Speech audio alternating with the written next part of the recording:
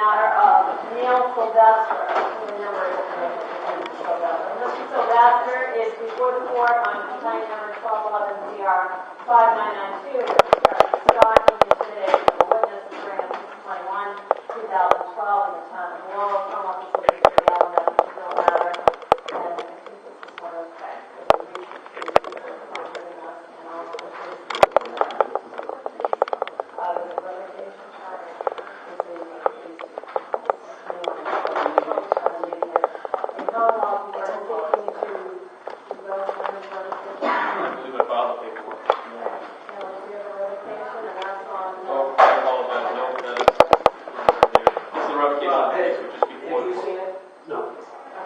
But I'm doing a green screen. Well, that's the issue. I'm speaking to Douglas Dale on this case, 3454. Attorney Murata has submitted a green sheet on 3454. I don't see any recommendation. There is no recommendation, Your Honor. What I can represent to the court is this case. These cases are part of a larger investigation that's ongoing. And what I can advise the court is that this part of that case has been presented to the grand jury. Okay, now I want to make the record very clear. Okay, so let me just, why don't I hear you out in terms of the rest of the video for us today?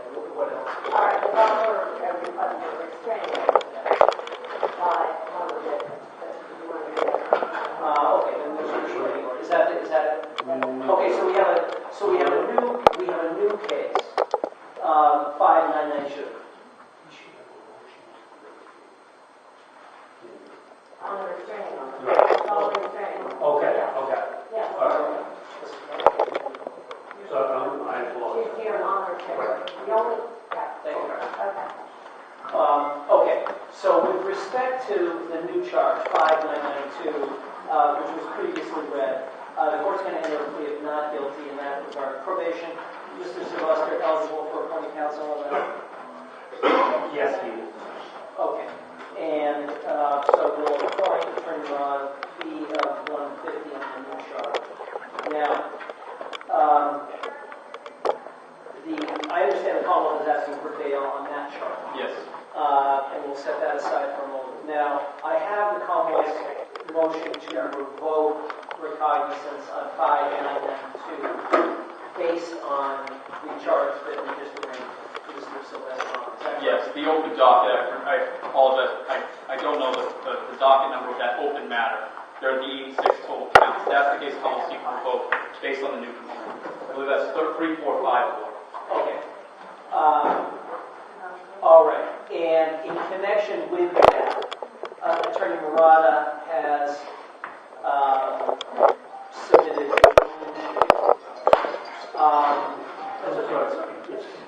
You're not vibrating, so we'll Yeah, that's okay. Just silence. Can you continue now? I mean, are you okay continuing now? Yes. Okay.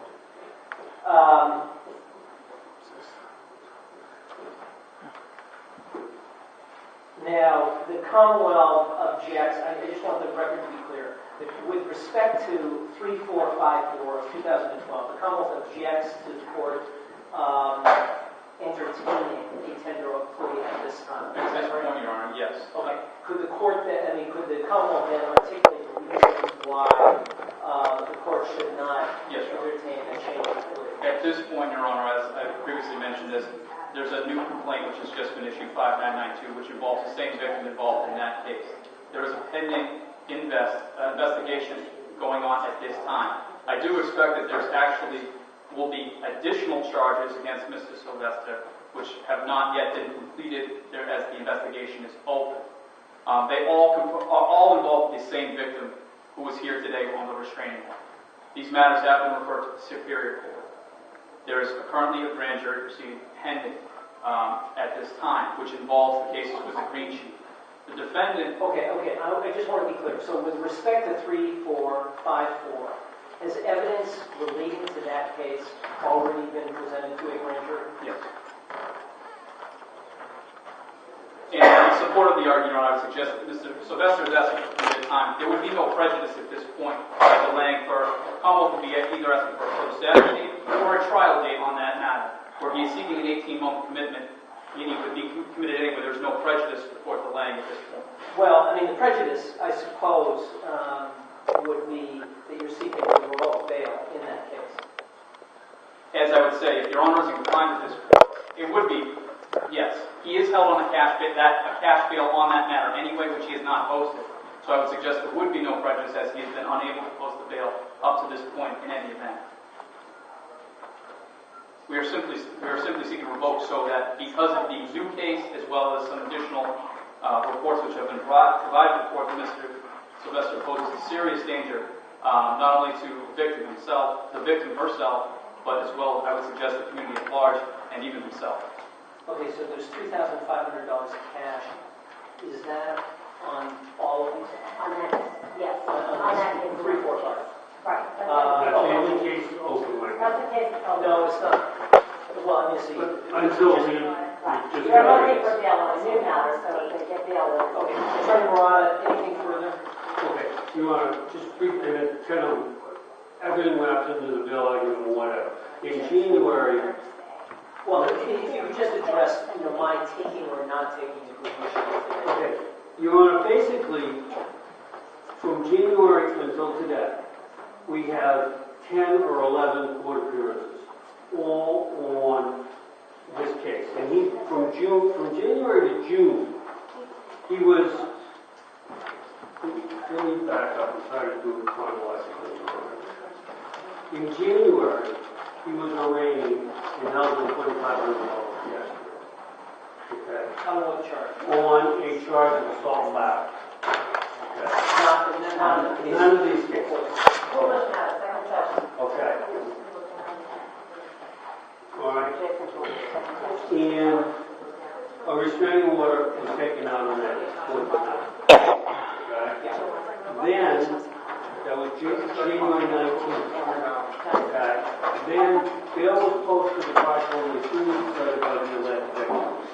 Okay. On that case. That's the AV case. Okay. Bail was posted. The AV case in August was not closed. Okay? And that one went in June. And so Mr. Sylveste was out on bail, posted by the alleged victim from February to June. Okay? Living with the alleged victim from February to June. Okay? Now in June, the Commonwealth takes out the one in front of you, 345, Correct. which has 89 counts. Okay? And if you look at that, you'll see that those were taken out in June based on activity which took place from jail, phone calls, in January. Okay? The charges today stem from those same from the period of incarceration that took place while he was in Concord and while he was at OCC. I'm guessing, okay? Because I really haven't seen him, but I think it's starting in intimidation. Again, phone calls or letters, okay? And these are letters. And supposedly, the letters may or may not be threatening. And the Commonwealth alleges that they are, but that's the stalking, okay? So he's incarcerated at the time the new charges are taken out. So I don't think they've got stalking, particularly where if the allegation is letters, I don't see it, okay? But I haven't seen a police report, I haven't seen anything on that yet. It's again the same victim, okay, who's claimed the Fifth Amendment at one time, then recanted the Fifth Amendment, and then has taken out 3 restraining orders. It's a mess. In the meantime, he's been sitting in jail on $3,500 bail from June until now. I think that he should be allowed to do the green sheet and deal with, because those are the only cases that the Commonwealth can really establish that he's done something. and they may prevail on those, they may not. But the new cases, stalking and intimidation based on letters, and I'm not even sure where the intimidation comes from. I don't see that one at all. There's tapes from, I have a 99-page transcript from, that gives me the tenor and tone of the conversations between the alleged victim and Mr. Sylveste, and they're not threatening, they're not coercing, there's no collusion, there's nothing going on, Your Honor.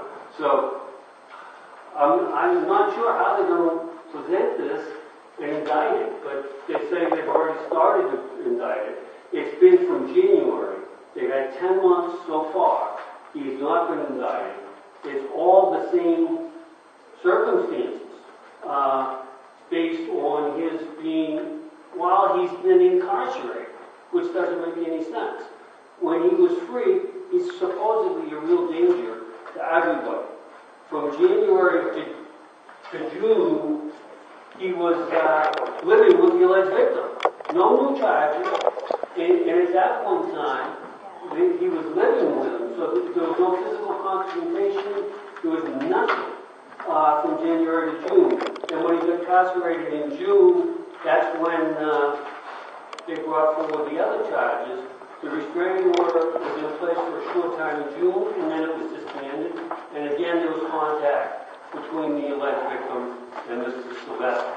So the case is an absolute mess. I don't understand how they can proceed if they're being hurried. I don't see how they can be successful with stalking and witness intimidation. I'd ask that they be allowed to do a green sheet. They do the 18 months concurrent on everything, all 89 counts, which looks like 86, which looks like a little bit of overkill to me. And those are phone calls. Okay. In light of the Commonwealth's recommendation that the matter has been presented to the grand jury, and that there is a continuing investigation regarding these charges, the court is not going to entertain a tender of plea at this time. Attorney Murata, the defendant's objection to that ruling is noted for the record. Thank you, Your Honor.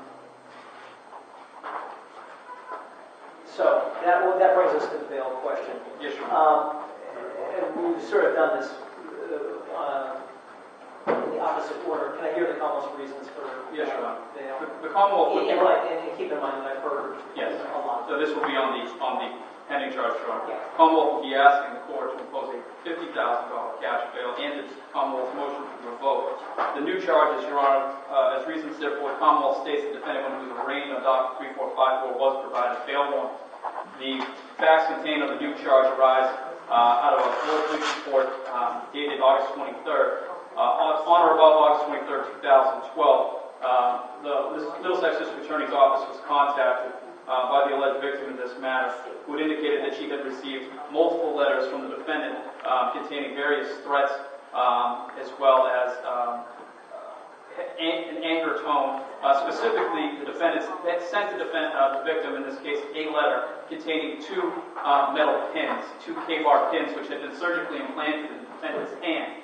The defendant, back in June, at an earlier date, when he learned of the second restraining order, struck a metal glass window downstairs in lockup, thereby breaking his hand. Subsequently, K-bars were inserted to assist in the healing process. On or about mid-August, sometime after August 6th, the alleged victim in this case received a letter containing those K-bars, as well as there was blood contained in the letter. The contents of the letter were specifically, and I quote from the letter, "He, like him, question mark, holy crap, can you believe I pulled these out? I love and miss you so much. Please accept these as tokens of my love. He, love always, Neil." In total, there have been something as to the effect of 30 letters sent since June, since the victim attempted to break off the relationship with the defendant. And in excess, since the defendant's been incarcerated, there's been an estimate of as many as 1,000 phone calls to the alleged victim's cell phone. The alleged victim is present. There is a restraining order pending. And at this point, the victim is significantly afraid of Mr. Sylveste. He has in the past threatened to kill not only her, but her family, those closest to us. Your Honor, I'd also provided a court a copy of a Department of Corrections Old Colony incident report, which was dated October 7th, so just several days ago, which was dated at noontime, at which point Mr. Sylveste asked the guard who was guarding him about the restraining order, to which he then stated to the guard, and I quote, "That stupid bitch, they will see it will be a bloodbath when I get out of here," end quote. He went on further to state that, quote, "What does she think is going to happen when I get out? They will all be dead," end quote. Your Honor, the statements are severe in nature. Mr. Sylveste's record is long. He has armed robbery convictions out of the state of Florida. He has been previously convicted of stalking in the Commonwealth and has done state prison time there. Most recently, he was convicted of a violation of restraining order for which he was committed for 2.5 years in the House of Corrections. The cases which, as I had mentioned earlier, there is an investigation going which is ongoing and widespread in its depth. It is staged beginning from sometime in early January and continues to the present day. The nature and the allegations contained in these complaints are serious. The relationship has a long history of abuse.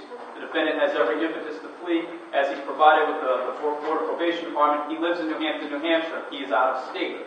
He has done state committed time. He will be facing committed prison time yet again on these cases, on serious charges, as the matter continues to be presented to the grand jury. For those reasons, Your Honor, I would ask that the court impose a $50,000 cash bail to ensure the defendant's appearance, as he will be facing this time. He has strong impetus to flee. He lives out of state. He has a number of aliases. By my count, there were as many as 7 aliases listed on his Board of Probation record. His legal name is Neil Metros. He legally changed his name to Sylveste in a fairly short period of time.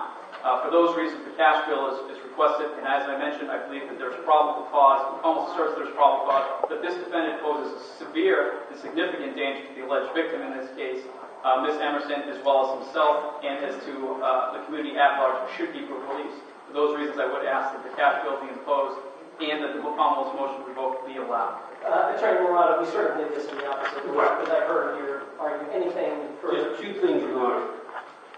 Regarding the police report and the allegations of a letter, and the steel rod, at that point in time, there were no restraining order in place. And Mr. Sylveste was in contact with Ms. Emerson on a regular basis and had conversations with her about the K-bar in his hand. And in fact, according to my client, he was on the phone with her when she opened the letter, and they discussed the letter. So there was nothing threatening about that or the contents of it, according to my client. I don't want to add on to it. Other than that, it's just the fact that he's been incarcerated on $3,500 cash bail since June. He has not posted it. I'd say that has indicated that it's sufficient, that that's going to hold him, and that he's not going to be released. The out-of-state address that my brother gave you is the address at which, to my knowledge, Mr. Sylveste and Ms. Emerson were living at, and I've been informed that that apartment is no longer occupied by either one of them. Okay. With respect to the request for bail, the court is going to set bail in the amount of $3,500 cash on the new charge. The Commonwealth's request to revoke is denied. All right, sir, the new matter bail set the amount of $3,500 cash bail. If you agree that the terms of this because they were used for the next day, the report also the arrest together, charged with any reasonable conduct. So this case remains open. For bail on this matter to be revoked and to be held for 60 days without bail. Also, we're serving you with notice of violation. You need to hear him in this report. He has an outstanding warrant. Right, and then I'm sure that probably his father. And then the next thing is the restraining order in the matter of Kimberly Buckley, Emerson, and Elizabeth Pro. This is on